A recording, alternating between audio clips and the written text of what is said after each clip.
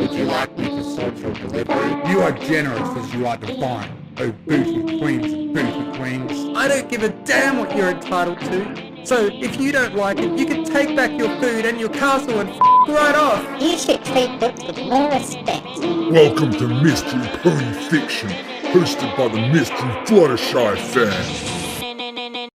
The Throne is Cursed by Banjo64.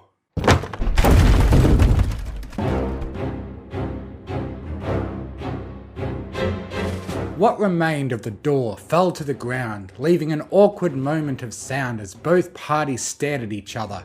On one side was Rarity and Spike committing crimes against an entryway of a retirement home, and the other was former Princess Celestia levitating an enormous mug so large it looked more like a stage prop than an actual drink holder. The moment passed and Celestia's unexpected guests entered the room proper with concerned looks on their faces. Celestia let out a sigh, took a swing from her mug, and gave her visitors a deadpan look in return.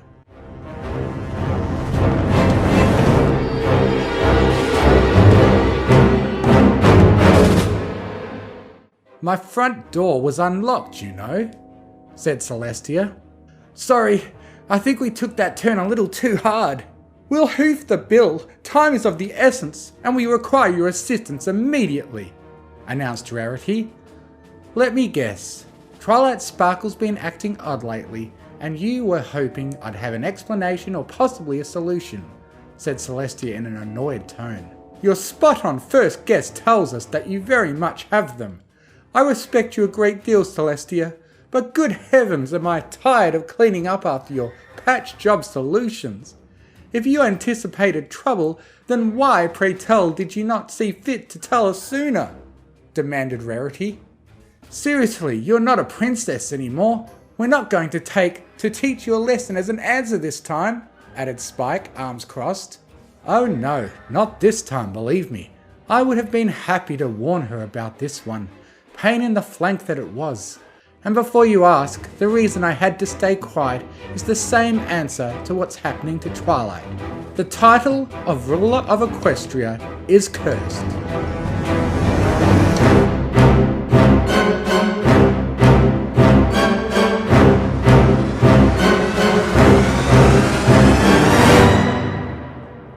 said Celestia.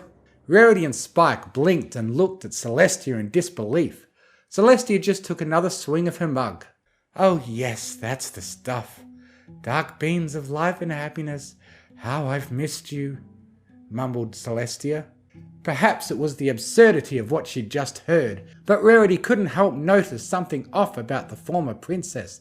It wasn't just the horrible case of bedmain, the haggard look in her eyes, or her almost out-of-character snarkiness, but the scent coming from her mug was wrong. "Wait a minute. Are you drinking coffee? Since when did you enjoy anything other than tea?" asked Rarity. "Since always. I was just unable to take my drink of choice more often than not because of the curse until this morning, and let me tell you, if I have any say in the matter, I'm never drinking that leaf water again in my life. Millennia of tolerance does not magically become preference. Not when it comes to caffeine," said Celestia.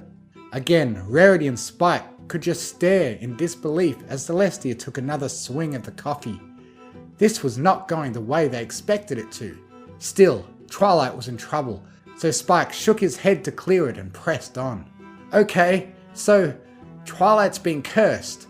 I'm sure she'd argue on whether curses are an actual field of magic, but that's beside the point. Where did this curse come from? And what can we do about it?"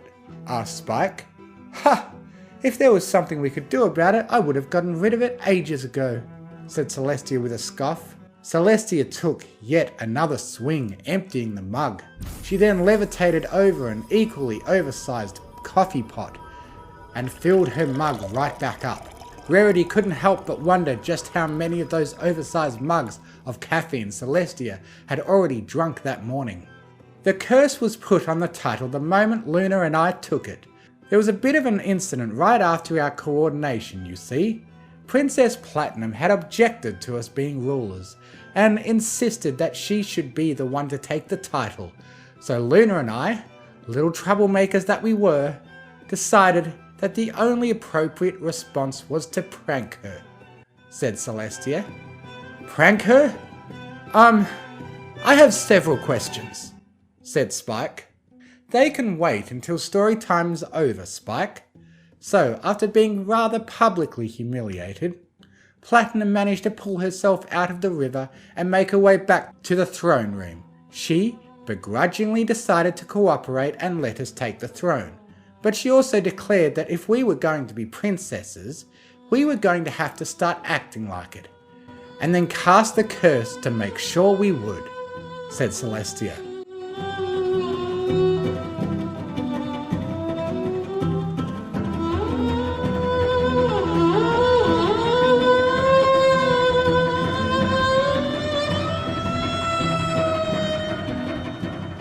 So, the curse makes ponies act more regal? Asked Rarity in confusion. Oh no, this is Princess Platinum we're talking about. Even after learning the values of friendship, she was a spoiled noble with an ego bigger than Rainbow Dash's. Her idea of acting like a proper princess was drinking fancy tea, eating fancy foods, wearing fancy clothes, and having the peasants do all the work. She thought nothing about being courteous, respectful, or even slightly polite to others, deadpanned Celestia. There was another moment of awkward silence as Celestia took another swing, while Rarity and Spike shared uncertain looks.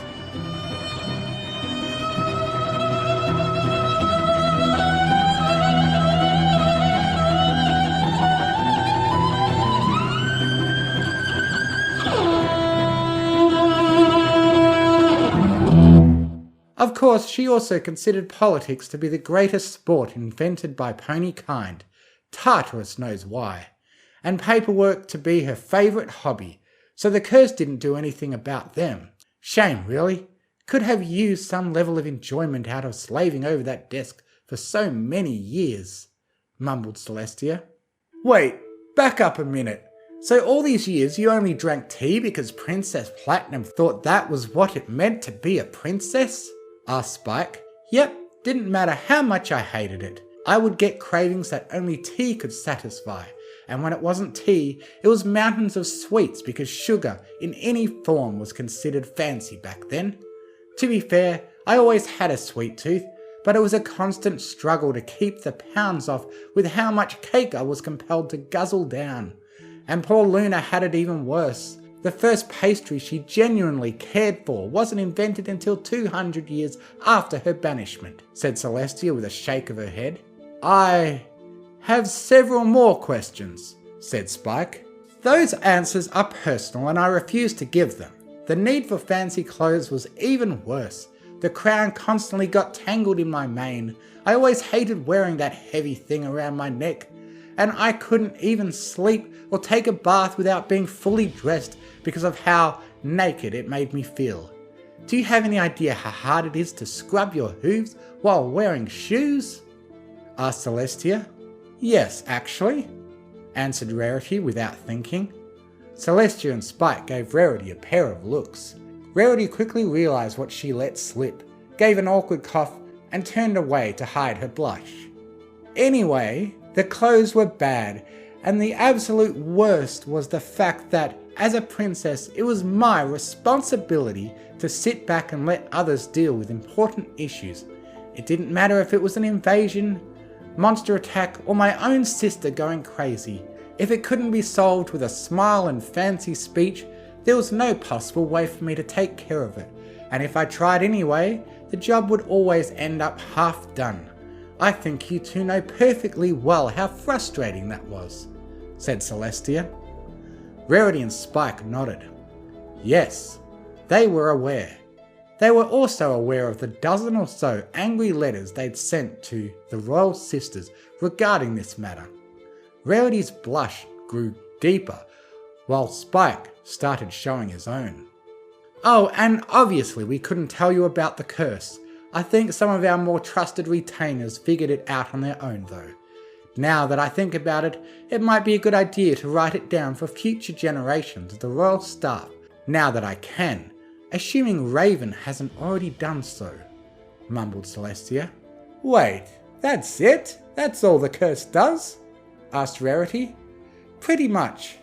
I wouldn't have passed the title to Twilight if I didn't think she could handle it.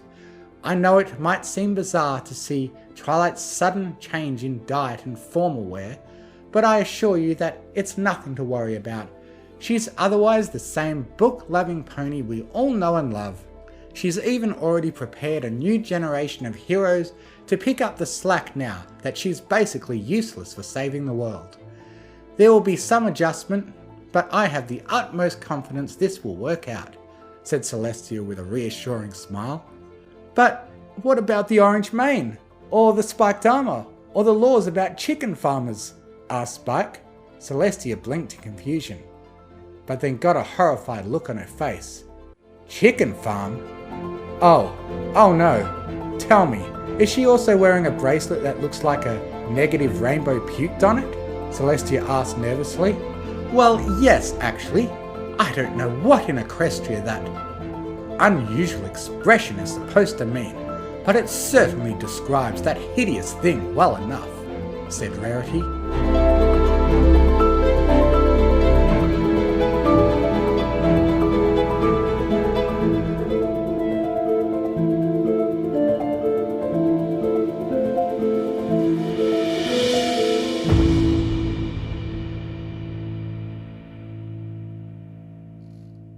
Celestia double face-hoofed and let out a long, exaggerated groan.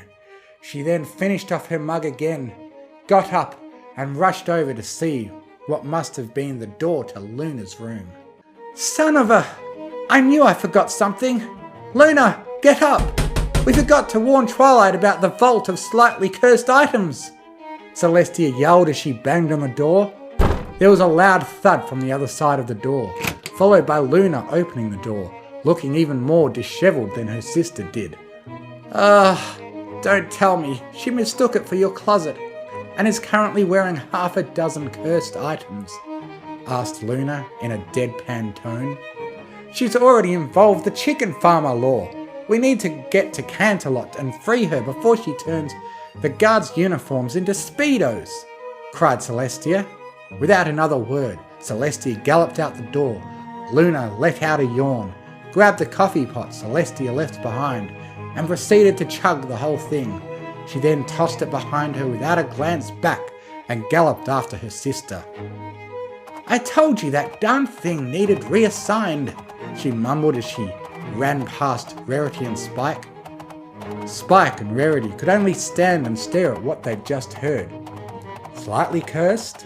Mumbled Spike. Speedos? Mumbled Rarity. Rarity and Spike shared another awkward look. I have so many questions right now, but I'm not sure I want to hear the answers, admitted Spike. Agreed, morbid curiosity aside. I believe we should go after them and assist them with whatever it is they are planning to do, said Rarity. But there is one thing I still really want to know. What about Cadence? Was she affected by the curse too? Asked Spike as they ran out the door.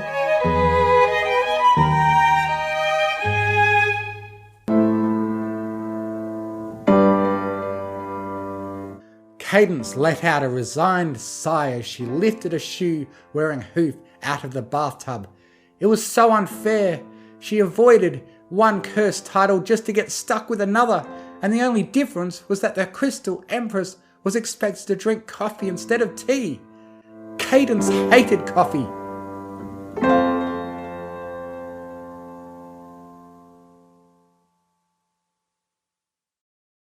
Thank you for listening. If you enjoyed what you heard, please consider joining my Patreon, patreon.com/TMFF, to get early access to audiobooks and to be able to request I do a reading of what you want, provided the author approves. Thank you to Artlist.io for providing the massive music and sound effect library that I have to work with. And most of all, thank you to the bronies who write the amazing stories that inspire me to make these. Fluttershy and Izzy are best ponies. I now have a Discord server where you can join in and chat with other fanfiction fans. If you enjoy what I do, you can donate to me on Ko-Fi, links in the description.